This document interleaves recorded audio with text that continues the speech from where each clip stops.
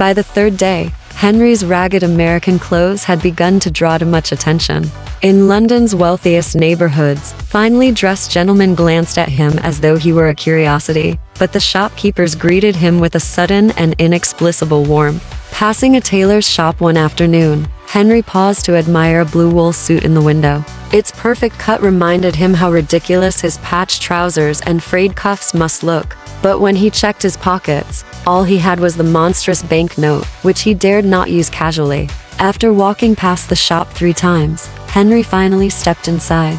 The clerk behind the counter, a slim, sharp-faced man, looked him over and suggested the miscellaneous bargain pile in the back. Henry examined a few misfit coats and asked the price. £3, the clerk said, with a smirk that seemed to say, "That's more than you can afford, isn't it?" Henry explained he could not pay until the note he carried was changed, and that it was rather large. The clerk's smile widened in mockery. "Oh, and just how large might that be, sir?" Henry calmly produced the folded banknote. The clerk glanced at it, and his expression went from amused to pale in the space of a heartbeat. His voice faltered.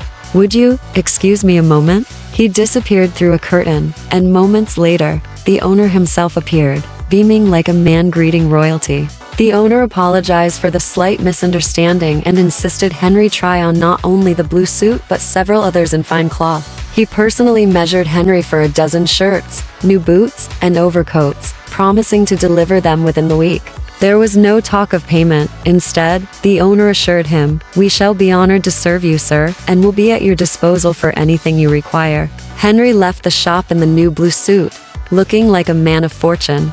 The £1,000,000 note, he realized, was more than a piece of paper. It was a magic key that unlocked every door in London, commanding trust, deference, and even fear without him ever spending a penny.